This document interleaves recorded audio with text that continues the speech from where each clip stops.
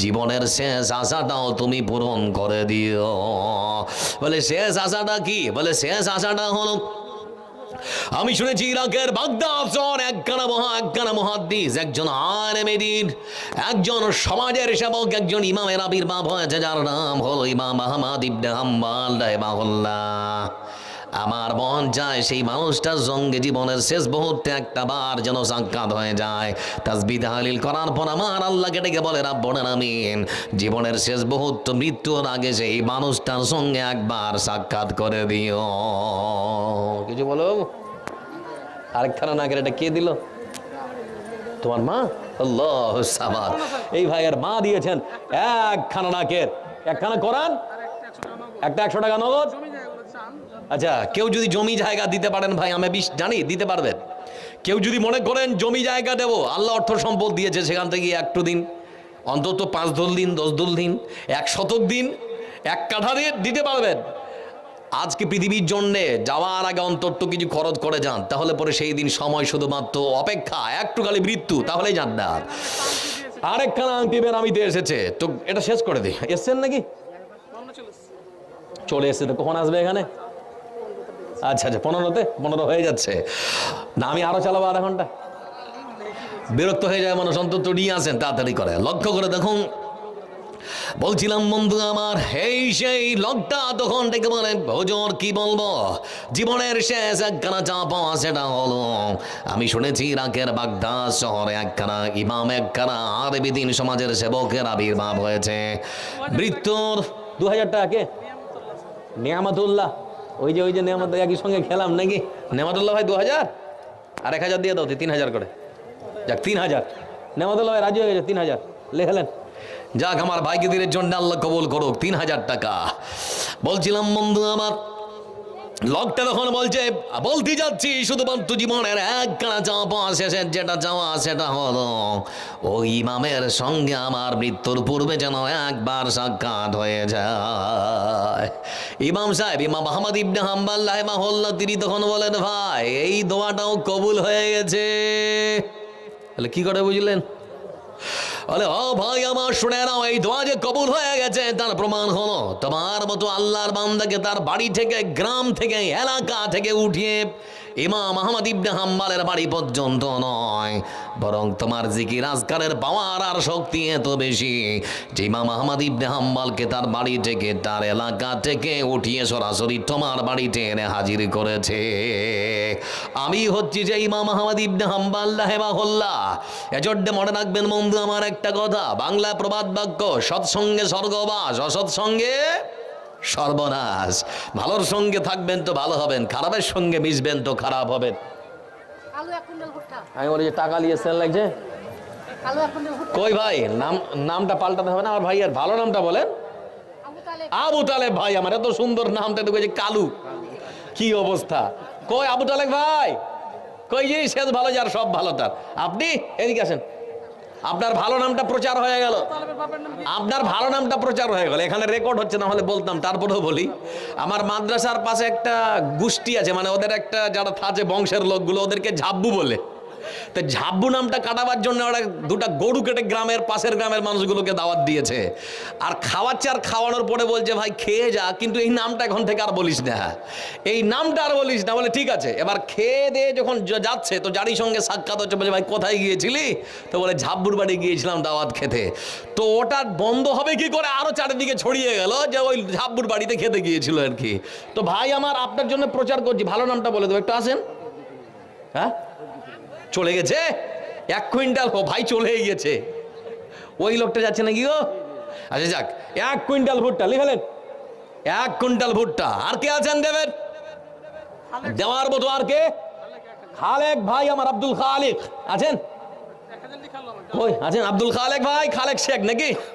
1000 এদিকে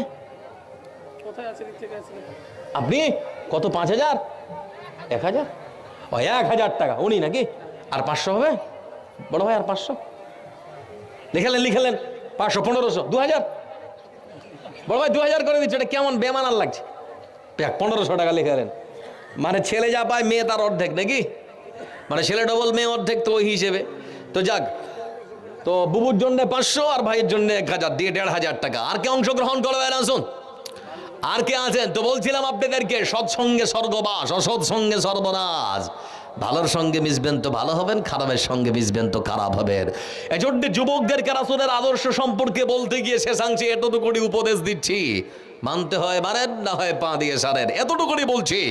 ভালো মানুষ আর খারাপ মানুষ, ভালো বন্ধু আর খারাপ বন্ধুর উদাহরণ দিচ্ছে আল্লাহ রাসূল বিশ্বনবী সাল্লাল্লাহু আলাইহি ওয়াসাল্লাম। রেজি নামে আরেকজন, আচ্ছা আরেকটা এসছে বেনামিতে দুটো, কি এগুলা? আংটি। মানে এই যে একটা আর একটা, ওখানে আর একটা, তিনটা। আল্লাহ তুমি কবুল করো, আল্লাহুম্মা সাল্লি আলাইহি আল্লাহুম্মা বারিক আলাইহি। বলছিলাম বন্ধু আমার, ভালোর সঙ্গে ঘুরলে ভালো হওয়া যায়, খারাপের সঙ্গে ঘুরলে খারাপ হওয়া যায়। তার একটা ছোট্ট প্রমাণ হাদিস বলছে, লক্ষ্য করে দেখুন। বিশ্বনবী সাল্লাল্লাহু আলাইহি ওয়াসাল্লাম তিনি বলেছেন, ও পৃথিবীর মানুষেরা তোমরা শুনে না, বন্ধুত্ব যদি করতে হয় তাহলে পরে আতরওয়ালার সঙ্গে বন্ধুত্ব করো, কামারের সঙ্গে বন্ধুত্ব করো না। আতরওয়ালা যদি তোমার বন্ধু হয় তাহলে হয় আতরওয়ালার কাছে তুমি কিনবে, আর না হলে আতরওয়ালা তোমাকে আতর দেবে। তোমার কোনো ক্ষতি হবে না, তুমি যদি না নাও, সে যদি না দেয়, কিন্তু নাতরের সুঘ্রাণ তোমার নাকে আসবে, উপকার হবে, কোনো ক্ষতি হবে না। কিন্তু কামারকে তুমি যদি বন্ধুত্ব করে তার পাশে বসে থাকো, গরম লোহার উপরে যখন ঠাস ঠাস করে বাড়ি মারবে, লোহার টুকরো তোমার এখানে ছিটিয়েছে, তোমার চামড়া পর্যন্ত পুড়ে যেতে পারে। পারে না, পারে না? ভয় আছে না? নেই। এখানে তার মানে হাদিসের পরিভাষায় বোঝানো হচ্ছে, বন্ধুত্ব যদি করতে হয় ভালোর সঙ্গে, আতরওয়ালা ভয় বন্ধু আমার, ভালো বন্ধু। খারাপ বন্ধু বলতে কামারওয়ালা, এখানে বোঝানো হচ্ছে ভালোর সঙ্গে বন্ধুত্ব করুন, খারাপের সঙ্গে নয়। এজন্য একটু আগেই বললাম, সৎসঙ্গে স্বর্গবাস, সৎসঙ্গে সর্বনাশ। ভালোর সঙ্গে বন্ধুত্ব করুন, দেখবেন। আবার বন্ধুরা, স্যার আইজাক নিউটন কোনো একটা জায়গায় গিয়েছেন, মানে আর কি, তো ড্রাইভার সাথে আছে। তো ড্রাইভার তখন ওকে বলছে, স্যার আপনি যে ভাষণগুলো দেন না, একেবারে হুবহু আপনার কপি করতে পারবো, হুবহু আমি বলতে পারবো, আপনি যেগুলো মানে বলেন আমি সব ব্রেনে আমার মেমোরিতে ধরে রাখতে পেরেছি।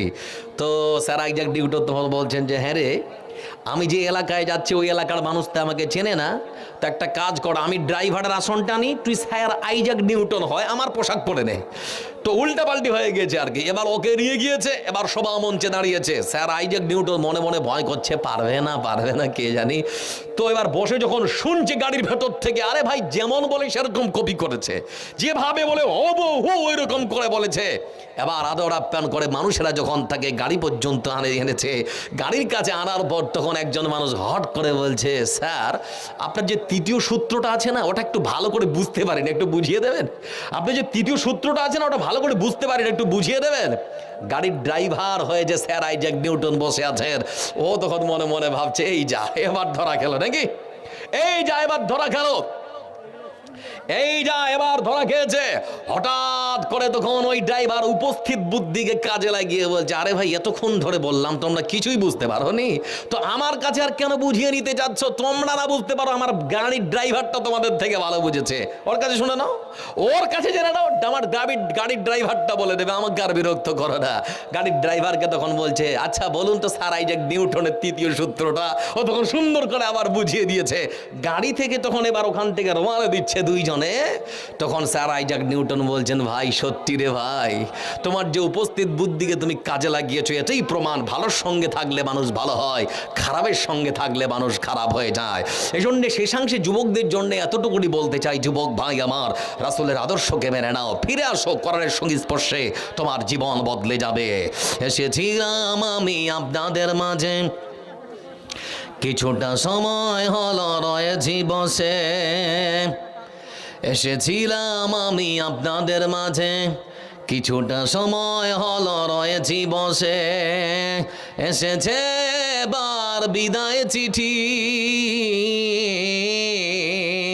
অশ্রুতে ভরে যায় দুটি আখি, বিদায় আমি নেব নাকি।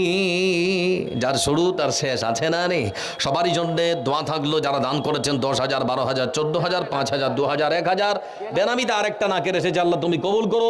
আপনাদের সকলকে সাধুবাদ ধন্যবাদ জানাচ্ছি। যারা দান করেছেন আল্লাহর কাছে দোয়া করে, আল্লাহ আমাদের আজকের এই দানকে তুমি আমাদের জন্য জান্নাতের জারিয়া বাড়িয়ে দাও। আমাদের মধ্যে যারা অসুস্থ তাদেরকে তুমি সুস্থতা দান করো। আল্লাহুম্মা যাহাবুল বাস রাব্বান নাস ইশফা আনতা শাফি লা শিফা ইল্লা শিফাউকা শিফাআন লা ইউগাদিরু সাকামা। আল্লাহ ফিলিস্তিনের নিপীড়িত নির্যাতিত আবাল-বৃদ্ধা সবার উপর তোমার খাসভাবে রহমত বর্ষণ করো। সরকারের সমস্ত রকমের সাজানো চক্রান্ত থেকে তুমি আমাদের হেফাজত করো। শয়তানের ওয়াসওয়াসা থেকে তুমি আমাদেরকে বাঁচাও। যুব সমাজকে মসজিদমুখী করে দাও। বাবনদের পদ্মার সহিত চলার তৌফিক দান করো।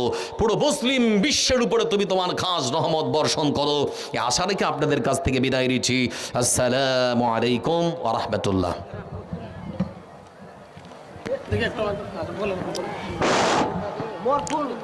আসসালামু আলাইকুম রহমতুল্লাহি ওয়া বারাকাতুহু। মাশাআল্লাহ, খুব ধৈর্য সহকারে আপনারা এতক্ষণ শ্রবণ করলেন মৌলানা সাহেবের মুখ থেকে। সাথে সাথে সাধ্য অনুযায়ী দান দিলেন। সকলের দানকে যেন আল্লাহ কবুল করেন, সকলে বলুন আমিন। আপনারা যে হ্যান্ডবিলে প্রধান বক্তার নাম দেখেছেন, ওনাকে এক্ষুনি দিয়ে দেবো।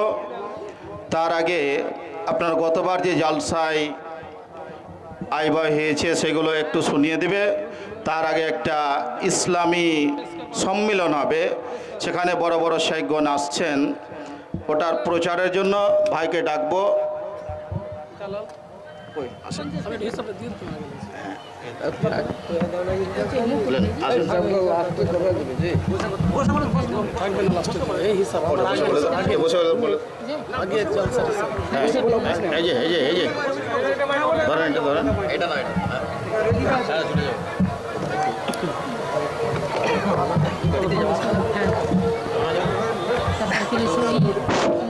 আসসালামু আলাইকুম ওয়া রাহমাতুল্লাহ।